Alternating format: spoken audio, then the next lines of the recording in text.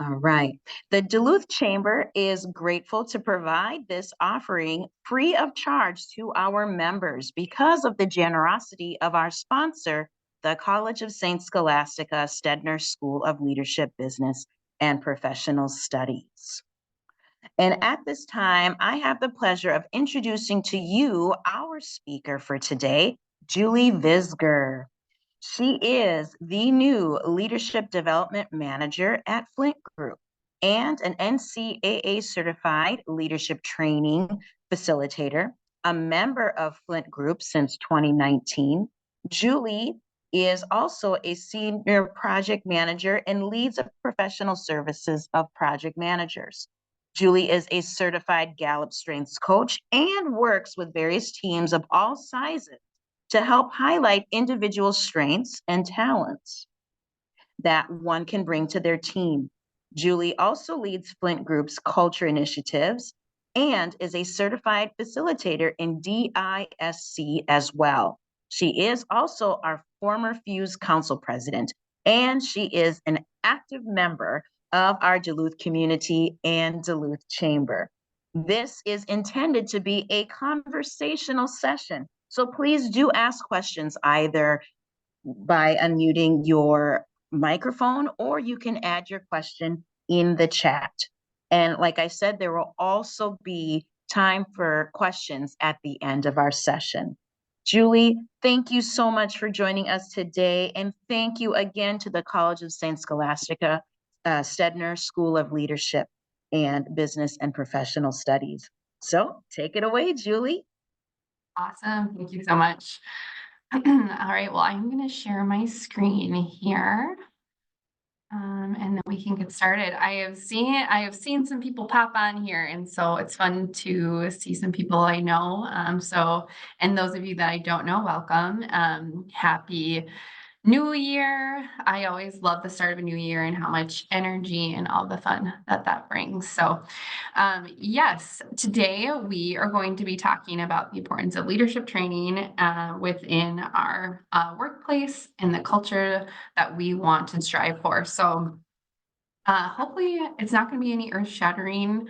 I'm sure you've heard it all, but it is going to hopefully let you think a little bit after the session and see what you want to bring to your company culture, what you individually want to bring to your teams. So I know Jebba did an intro, so I'll just be quick here. But yes, I work with Flint Group, but you'll notice a lot of this stuff says RR46. So Flint Group Agency is one of our agencies within our parent company, which is RR46. So just know if there's any confusion there, that's the reason why. So we just have like-minded marketing agencies across the country that all funnel up into our parent company. So here's a little personalized. I came to Duluth, played volleyball at UMD, and I think that's really where my leadership journey started.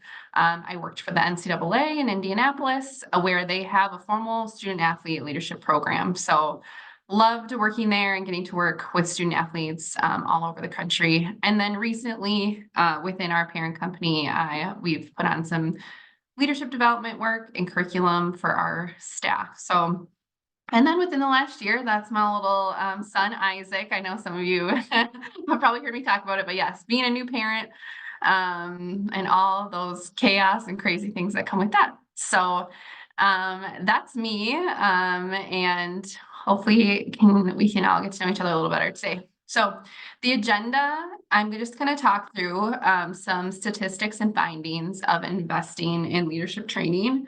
We'll go through like a sample leadership program that I do with our staff, just a couple topics, just to share with, getting our minds kind of wrapped around this idea if we haven't been through a leadership program, or we just, are looking for something to kind of improve our lives, improve our work situations. So, and then we're going to briefly talk about the importance of storytelling if we don't have the financial help to provide a new leadership programming within our organizations, but just how us as managers, leaders within our industries, that we can share and how we can do that by storytelling.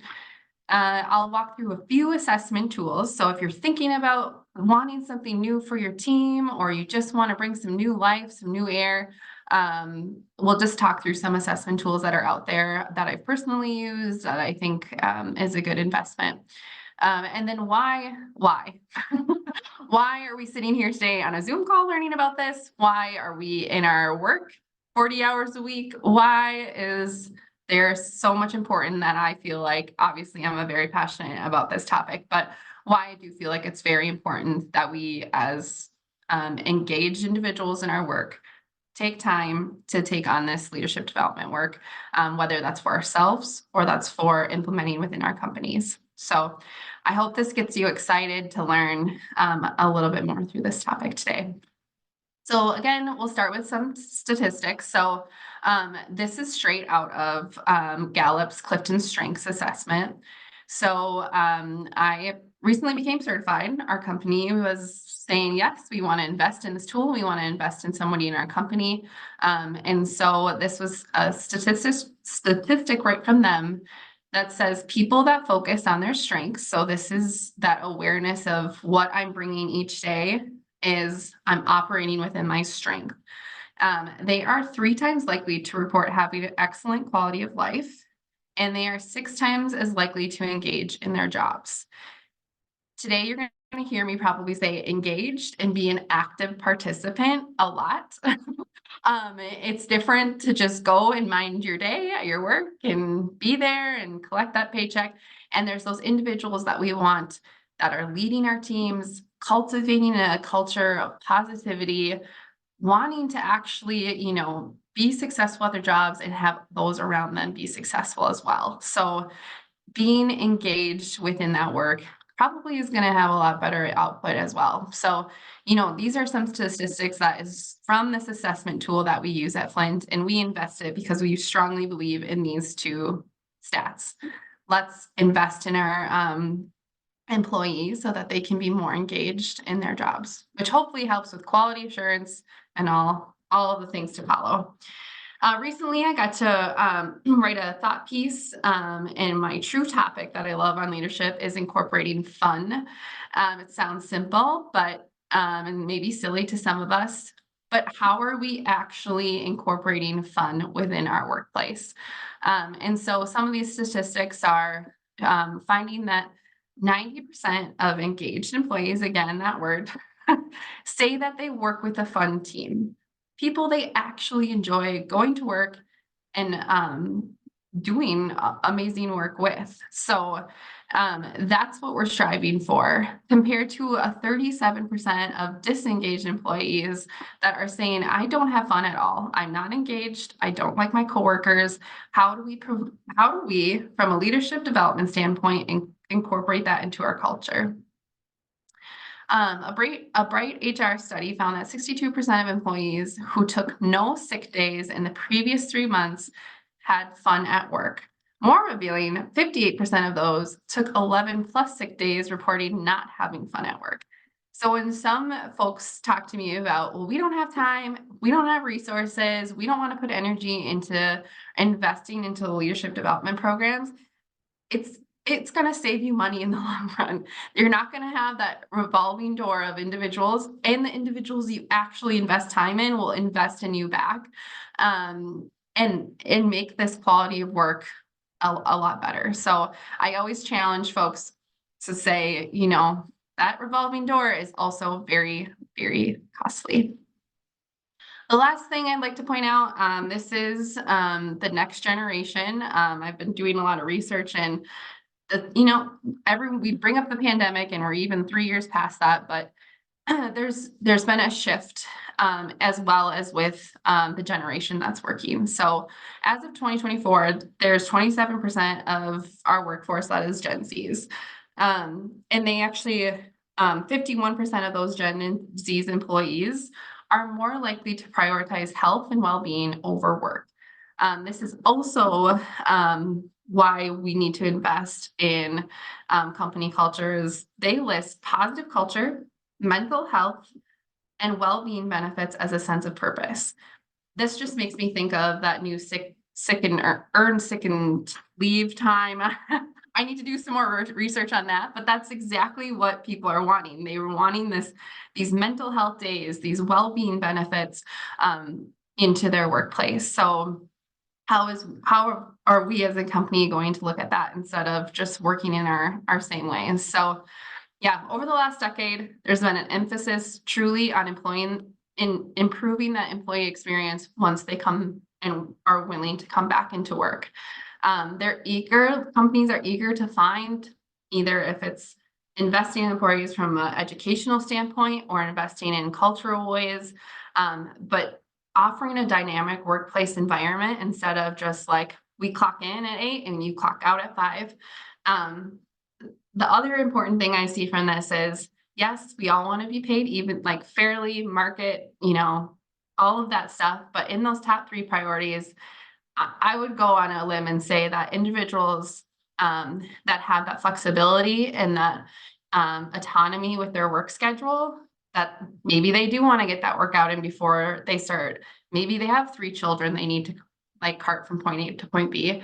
And us as a flexible company, even if we're not paying as high as the next, they're more likely to stay because of that less of a stricter schedule and our understanding of the value we put on understanding company culture and how we're just a portion of somebody's life. So yeah, that's what some of these statistics say. Any questions there before I guess I move on? If not, that's great.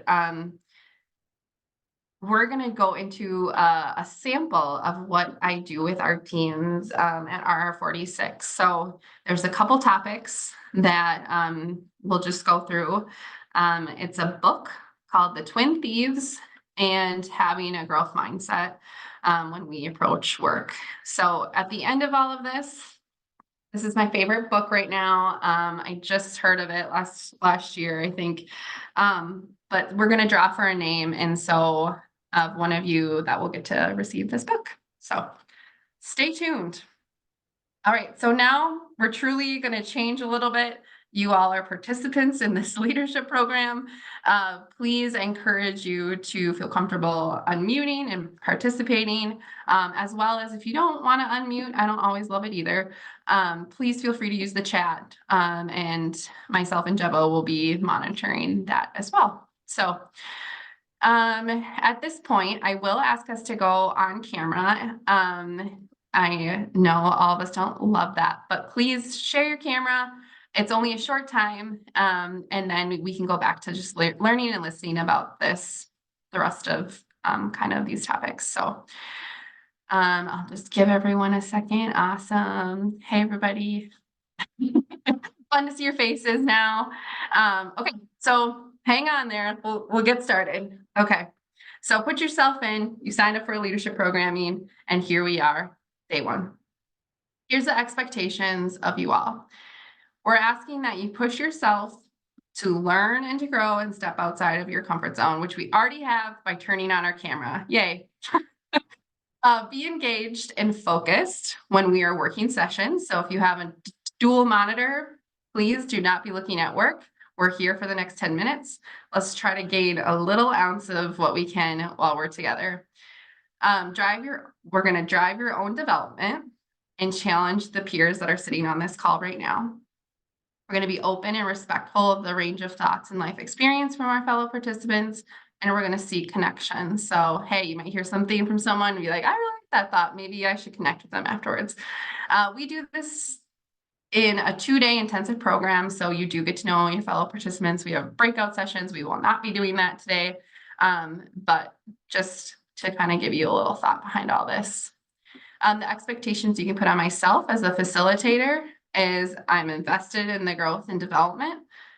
I will deliver leadership education that is relevant to you, challenge you to push you beyond your existing comfort zones, support you as you learn and implement these new ideas, and then provide an environment that fosters engagement with your peers. So you'll notice this is very not your corporate, like, here are the 3 bullet points you're going to get out of this. And I think people are turning less away from that because it doesn't feel like you're actually investing in them.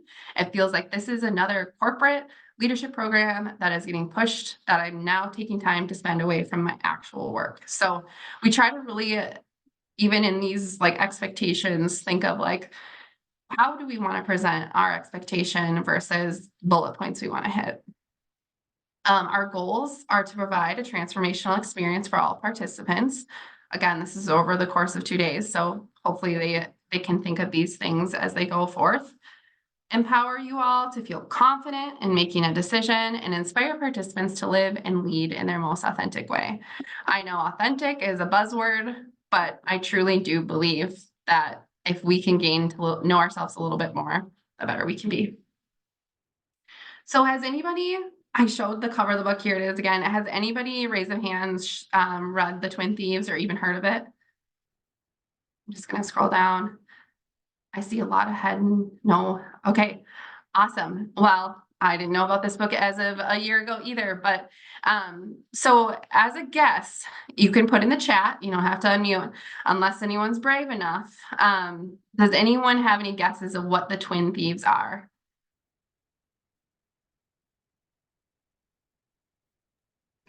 I would guess one thief would probably be time.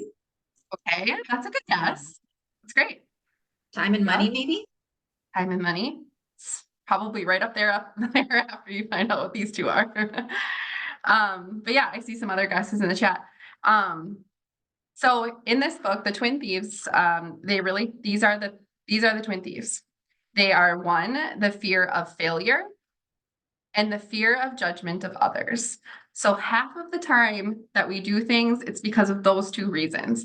I'm scared of failure and I'm scared of judgment from other people. As well as, I'd like to just read a portion from this book.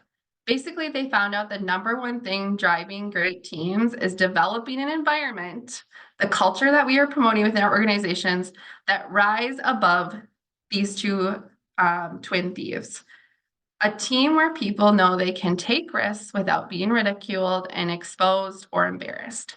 So if we have invest in our leaderships to think about our leadership teams to think about this and what culture we're promoting and how we're educating employees, and we're allowing them to not have to speak out of fear that somebody's going to ridicule them or all those things, then we can actually see why are people being held back? What is the reason why they're not going to take that extra step? Why are they not speaking if there's like a team meeting or something? So really thinking of, we talk about this all the time. What are your twin thieves? And I would challenge you after this call, even going into the weekend, all the things. What are the two, why are you scared of something if you don't want to, if you're looking at a new job or the next opportunity or anything, kind of why, what are your twin thieves that's holding you back? So just kind of keeping that in your mind, even when and then we really challenge the participants moving forward. Is that the reason why you're not willing to collaborate with your teams or speak out or actively participate within programming? Because it's one of those two things. And once people have that epiphany, they're like, oh, I'm less likely, to be scared of saying something. So those are the twin thieves. This is the book. It's great. It has a bunch of leadership lessons throughout the book. So yeah. The next topic we talk about right away in this programming is the power of mindset. Raise the hands if we've heard having the right mindset, having a fixed mindset, going into a situation with growth mindset. Awesome. I see some raises of hands. Those of you that raised your hands, does anyone want to share with their group what they feel like? What is a growth mindset?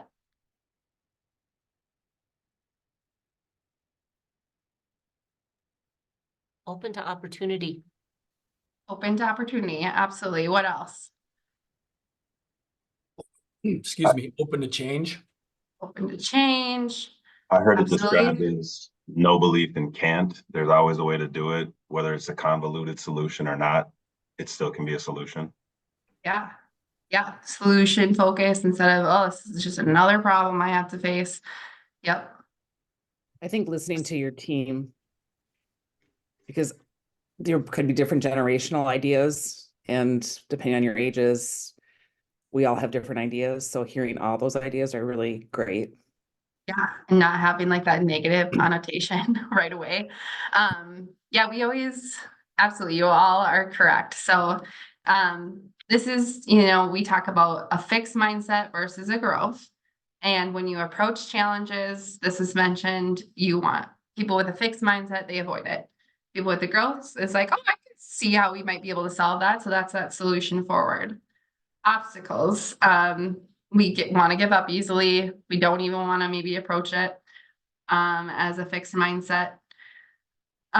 Criticism, this is a big one we're finding, is this fixed mindset. You can tell, I'm sure all of you are racking your brains right now with people you work with. You're like, that person's the fixed mindset on our team. They ignore that useful feedback, or they're immediately like just turned off or blunt if they receive any of that feedback. Versus somebody with a growth mindset is, oh, I can learn from that, or I'm eager to improve that next time. So I always ask people right now to think, imagine you've been just told right now that you need to rework an entire project that you just started and needs to be done by the end of the day. What's our first mindset that we go to? And I'm guessing most of us are fixed. Like, what the H? I have to start all over. This is BS. You know, going through our first initial reaction in our brain and pausing after we learn about this is, all right, okay, sure, I'm upset. I don't want to feel the pressure to get it. I don't want to feel this pressure to get done the second time correct. I'm feeling tension, I'm feeling stressed. But then really training our mind to think about, okay, take a breath. How am I going to now improve for the next time I do this? And I want to learn because I don't want to have to ever do a project again over again. So how can I do it better the second time around? So we really talk about, like, we bring up examples and we just really talk about this of, like, even just look at your calendar for today. What are there meetings on your calendar that you're like, oh my God, I do not want to go to that meeting. I do not want to have to.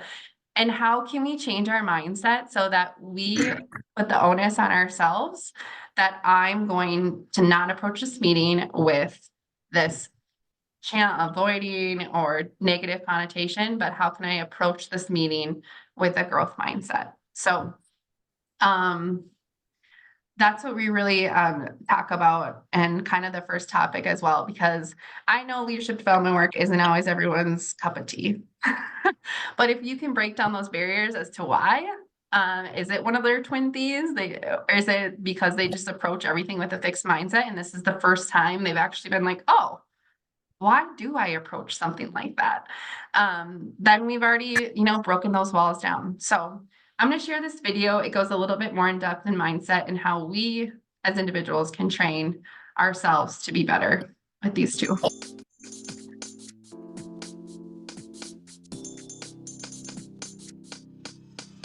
Have you ever heard of Stanford psychologist Carol Dweck? Her research on the idea of mindset suggests that there is every reason to believe that we can be great, maybe even the best, at anything with dedicated practice. But in order to get there, we need what she calls a growth mindset, which simply means believing that our abilities, including intelligence, are largely a result of time, effort, and practice. A growth mindset stands in contrast to a fixed mindset, which limits us by making us believe that we are either born with certain abilities or not. For example, our fixed mindsets might tell us that we're an English person, but not a math person.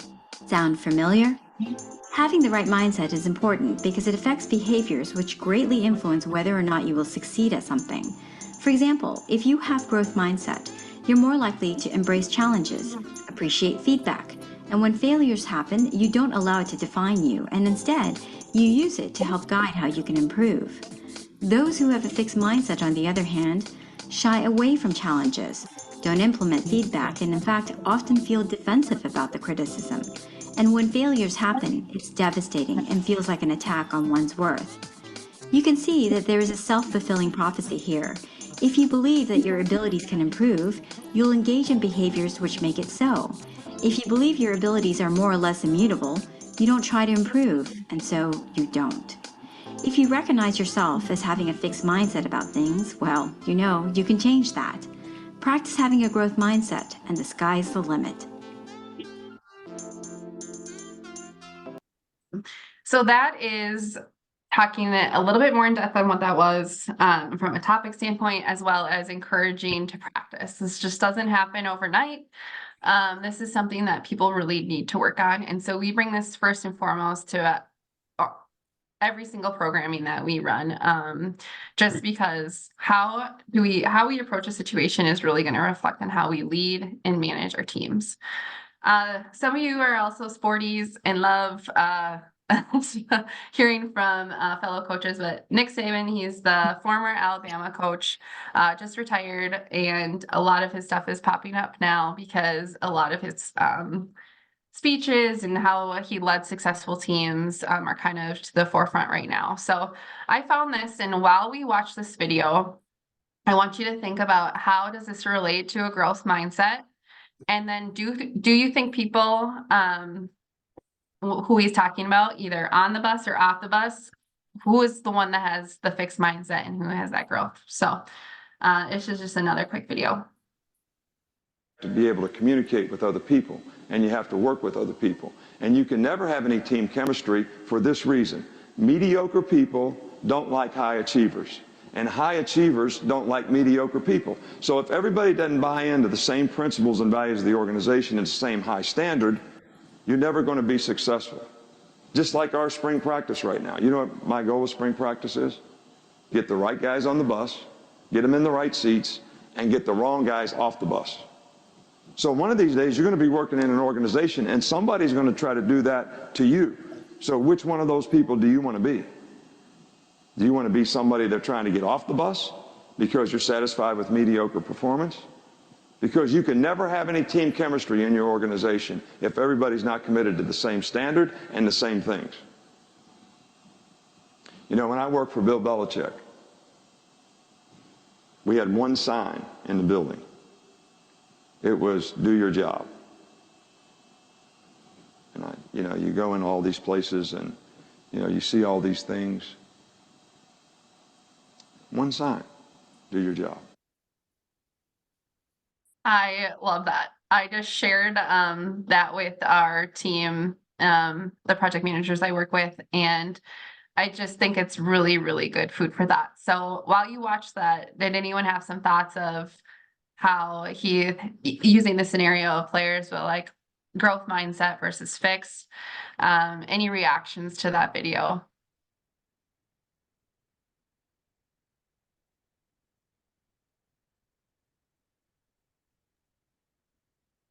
No worries.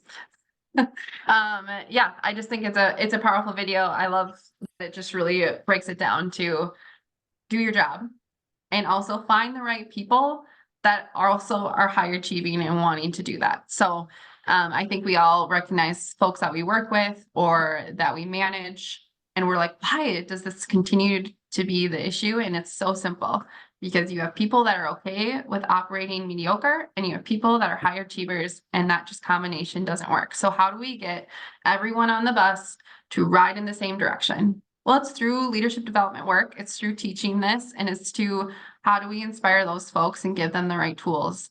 And so, yeah.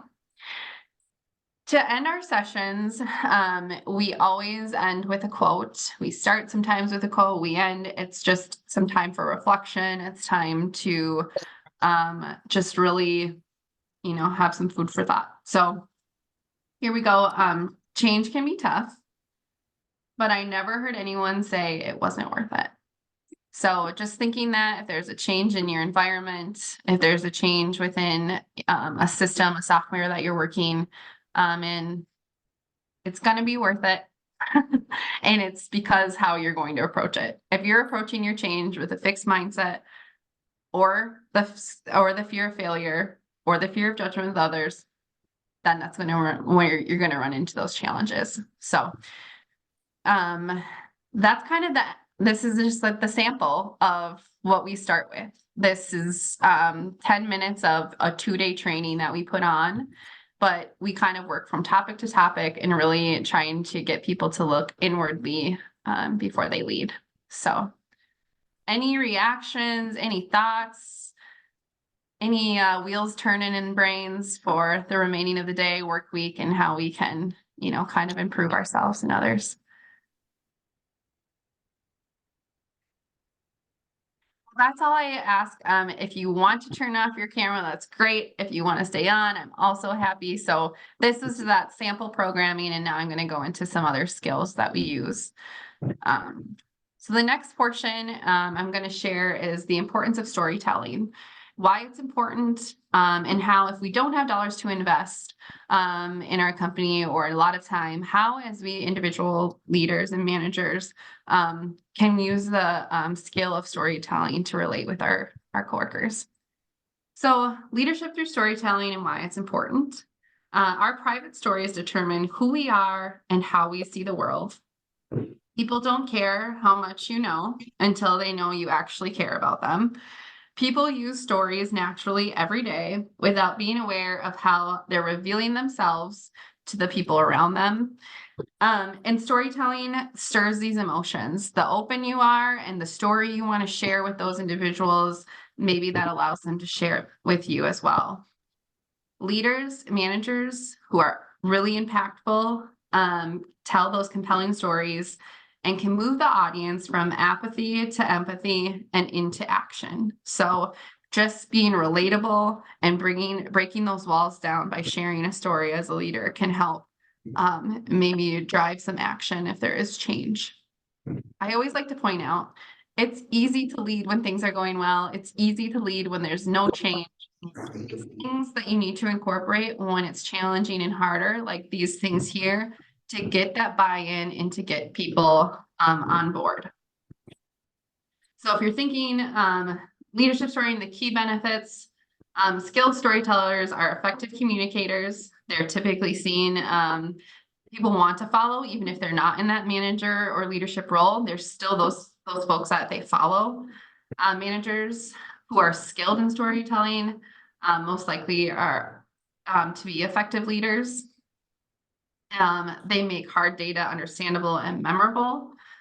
So for example, I had a huge spreadsheet that I remember when I first worked on when I was a first-time project manager. Now seeing it doesn't overwhelm me. I understand all of what it means.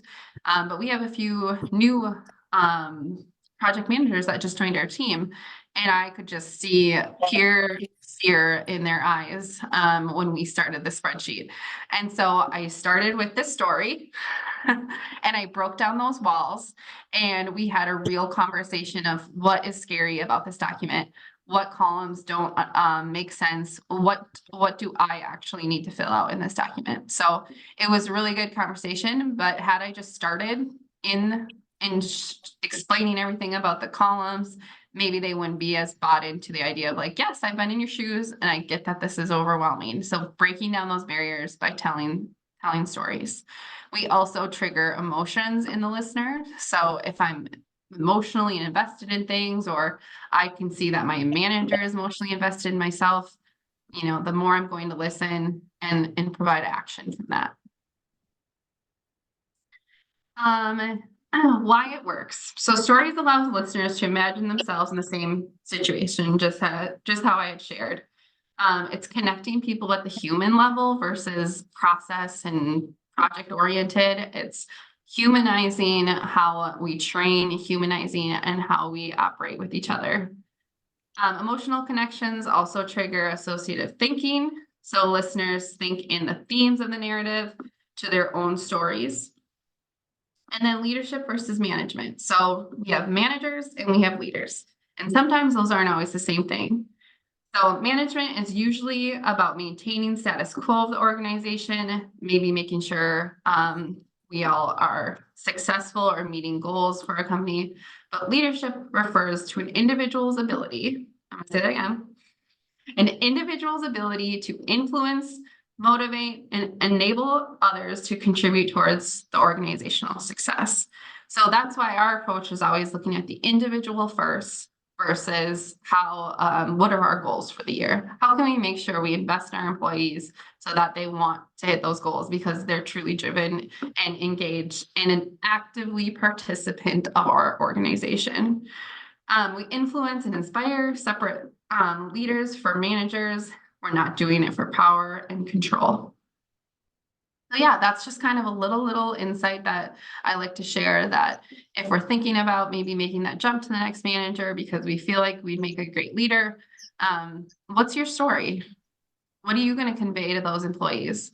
How are you going to use storytelling to get people on board and to get them all moving in the right direction.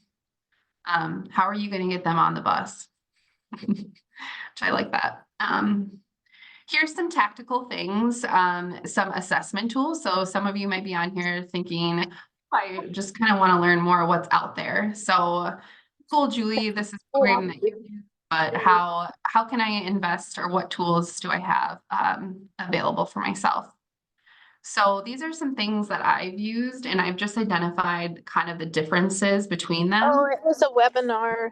It is a webinar. Don't log off. Do we want to, Deborah, can you mute everybody maybe on the call, or? There we go. Thank you. So these assessments are, the first one I briefly talked about at the beginning of this, but it's the Clifton Strengths. So this is a assessment tool. It's not a hiring tool. It's an awareness tool.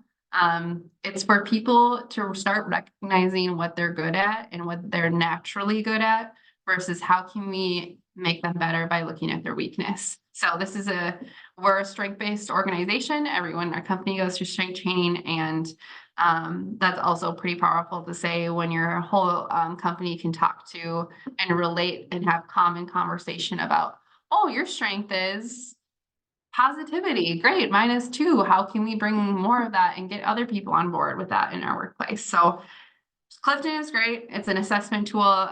They basically fill out assessment online, and then you have a facilitator come in and just kind of walk through what the tool means and how they can incorporate that into their daily life.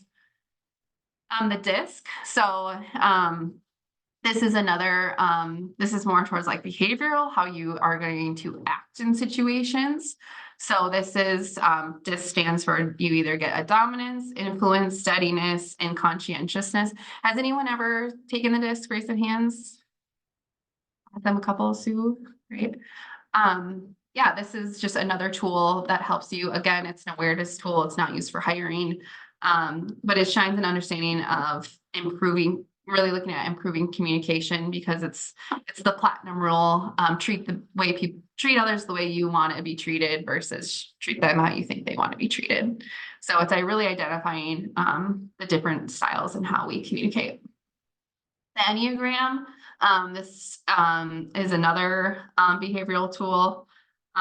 We use this because it can identify what we do and why we do it, the motivation actually behind that behavior.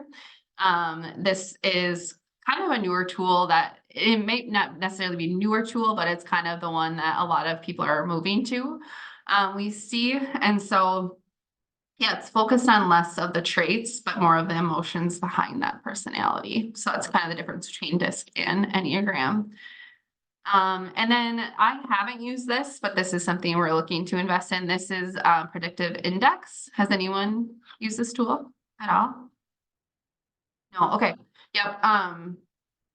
I haven't either. So if anybody has, share your thoughts with me. I'd love to hear them. I'm just digging into it now, but this is closer to a hiring tool. This is something that you can use for a pre-employment screening and selection. I don't think you make your fully decision based off this assessment tool, but I think it's an option if you would like something to invest in before you invest all the dollars in hiring someone. It's a behavioral assessment, and it's across employees' life cycle from hire to retire, which allows multiple stakeholders to define the ideal behavioral pattern and necessary, especially if the given role that they're applying for. So I have a lot more to do with digging, but this one just feels like a little more like what are you going to get from somebody when you hire them, or what are you going to get after you hire them? What does their role look like from start to finish at your company? So these are just some assessments. I'm happy if any of you want to reach out to me afterwards and just want to discuss further. Super always willing to happy to talk about this. So finally, I'm just going to go in the why. So why is it important? Why are you all sitting on this call today, listening to this conversation? And how are you going to be a part of this bigger picture in your organization moving forward? So we talk a lot about the decisions we make are through values-based decisions. So it's not, it's personal values and how I'm working with the company that also reflects those personal values. So just for an example, so like I said, I work for our parent company, R36, but I also operate within our Flint group, which is our marketing agency. And we have a value that I love, that I've always loved when I've worked here at Flint. And it's a recognition we call aim high. So it's employee, nominated. So you nominate each other, you nominate your coworkers. And we have 7 different values that we try to live by on a day-to-day basis and what we do. So those are: do the right thing, even if it takes more time. So do the right thing, take the initiative, stay curious and open-minded, love what you do, go where you're needed most, be the person you want to work with, and give back. So essentially, let's say I'm just going to grab somebody on this call. So Andrew, let's say he is always taking an initiative. He goes to find the answer before he asks questions, and I want to nominate him for this. I would literally select one of those values. I would take the initiative value, and I would explain why I'm nominating him for this. So this is just going a step further of, we aren't just saying good job, like good job, Andrew, but we're actually pointing out why they did a good job and how it's relating to the company's values. So this is just one instance of how we lead through values-based versus just like saying we're going to do something. We're actually, walking the walk. So, this is prioritizing your personal values. So this is really looking internally first. So I like to challenge our leaders and our managers of our organization to really take time to self-discovery and self-awareness before we start pushing ideals or behaviors on our teams. And so step 1, identify the times in your life that you were the happiest. So we always have them journal, think about this a little bit and say, seriously, when were you the most happiest and why? And so we have them jot it down. Identify the times you were most proud. Jot it down. Identify times you were the most fulfilled and satisfied. Jot it down. Determine your top values based on your experience of happiness, pride, and fulfillment. So really, this is like 4 different ways of saying what has made you so happy in your life, or why have you choose the career that you've taken. And then we challenge all of our folks to change your life to change it into your company. So even if you're doing this practice, you're like, I know I've got this figured out. I'm in a career that I love. I'm working with people I enjoy. Okay, now I'm going to challenge you to use these steps and identify the times in your business, your organization, that we were the most successful or that we were operating at the highest levels. Okay, now I'm going to identify times that we were the most proud of our company. What were some things that we did? And once we start identifying that from an organizational standpoint, we start seeing that those are aligning with the individuals that we've tasked to lead our organizations. And when we get that on the same page, that's when you're going to find that success. And that's probably why we're at a point where we value leadership programming so much here, because it's the self-identifying first. And then it's like, okay, I know who I am. I know what I want to be about. Now let's do that from an organizational standpoint. So challenge you to do that activity. I think, Jebba, you send this out afterwards. I'm happy to share this presentation or PowerPoint if you want some of these just to jot down, or if you'd ever like to chat. So we look at your authentic self. So our self-awareness. Many leaders, especially early in their careers, are thinking they need to climb that ladder. So they're starting to establish themselves in the world and really do leave little time to no time to self-explore what they actually want. They're striving for maybe money, power, status, thinking that they need to be a manager because that's what society says. They soon find themselves missing something, and this missing something is where we're filling that gap of creating a culture that people want to come to work and want to be engaged at. How can we set ourselves to receive and accept constructive criticism with implementing those ideas such as growth mindset? How do we, this is what I love, and I will always say that, how do we, instead of getting better, how do we get better? It's such an easy statement, but if you break it down, like, how am I reacting to criticism, and not in a bitter way, but as approaching it as how are we going to get better? And then again, these tools that we learn about ourselves. So if you never spend time, you never fill out a strengths assessment, you never fill out a DISC assessment, you're never doing that self-discovery, how are you going to know what your strengths are? How are you going to apply those strengths into your work? How are you going to be better for those employees that you're working for? So, I really talk about bringing your authentic self to the table, and making ourselves figure out what it is that makes us tick. And why and what projects do I go the extra mile for, and really doing that self-discovery. Actions express priorities. So words cost nothing. Actions can cost everything. If we're saying we're going to do something and we do it, odds are people are going to follow us. If we say something we're going to do and never follow through or never hold anybody accountable, that can cost you everything. And that's a manager or a leader in our organization that people are not truly following. Those are the people that need to get off the bus. This is a big difference between, there's a big difference between what people say and what they actually do. I'm at fault of this. We can never believe somebody is perfect at this, but it's true. We say and what we do can be very, very different. We tend to reason on a higher level than we act. So I hold people to maybe a higher standard than I'm actually acting myself. And that's again across the board, and figuring out why we do that. Let your values and your passions guide your main messages. So, what am I putting out in the world? What are my values? And why am I, leading within this way? Because I'm passionate about X. I'm passionate about, creating the future leaders through blah, blah, blah. Like, do we have those statements that we share with our teams? Do we have, thoughts even behind the way that we want to manage? Or are we just placed in this position and then said, good luck, go have fun? So just some food for thought here. So today I am wrapping up this conversation. So of course I need a quote, but here's some more thought. Find a job you enjoy doing, and you will never have to work a day in your life. And I truly, truly believe this.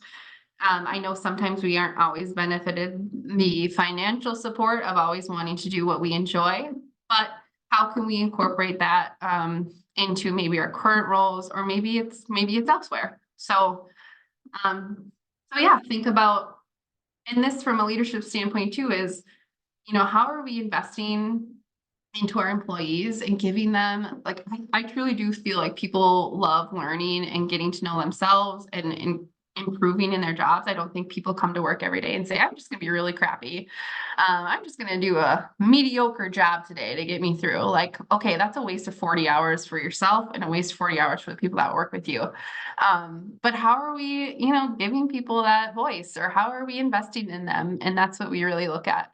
So how do we make the job not feel like a job? How do we incorporate fun into the culture? How are we looking at that? If we're part of our organization's HR team or leadership team, all those things. So I'll leave my email as well as Jebba. Feel free to send it out. Always happy to chat with anybody, but I'm just going to leave you with a few final things. So a few challenges to start identifying when and why your personal twin thieves pop up. The fear of failure again, and the fear of judgment of others. What is holding you back in your current role? What is holding you back in maybe something else in your life? Secondly, are you an individual that is going to be on the bus or off the bus? Are you going to continue to operate in a mediocre way, or are you willing to take that extra jump and strive for also being around high achievers? So how do we get the folks that are on the bus to continue to move in that right direction? And how do we use the right mindset to do that? And finally, again, I know it's a pump word, but lead with your most authentic self. Truly use the skills that we've learned today. That was very short, but how am I leading with a growth mindset? How am I not using the twin thieves? And how am I going to use storytelling and making decisions based off values-based decisions and developing the next generation of the folks that I work with. So yeah, big challenges. It doesn't happen overnight, but hey, it's January 2024. Why not start, right? Why not start investing and figuring out what I can do in the next quarter, in the next half a year down the way, even if it's just self-discovery this year, and then it's implementing it within your organization the following year. But to have a plan and to implement some things, don't let those twin thieves hold you back. So that's all I have. I'm eager for questions or any thoughts. Hopefully we feel a little empowered through the rest of this day and fired up to get on our merry way. But yeah, if anyone has any questions, Jebba, if there's anything in the chat, let me know. Yes, I will definitely monitor. And yes, thank you, Julie. I'm just writing all my notes down and stuff for myself. And I love how you shared about prioritizing your values from an organizational standpoint. A lot of us think individually first versus what is best for our company. So I really like how you honed in on that for sure. Yes, please. Anybody have any questions or comments or takeaways for Julie?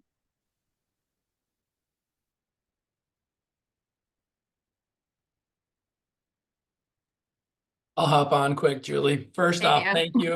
I appreciate it. It's always been fabulous listening to you, even when we were on Fuse together and the time we shared there. So I found this to be worth my while, and I just wanted to say thank you for that.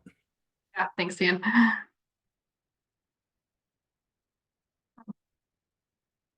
Oh, well, I'm just gonna end the show. Yeah, anything else?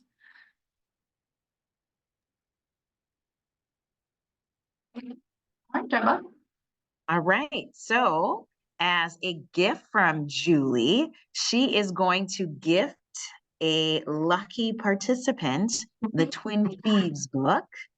And our winner is, drum roll, Christopher Hennigan. Congratulations, Awesome. Christopher. Big day. Go buy a lottery ticket or something. I know.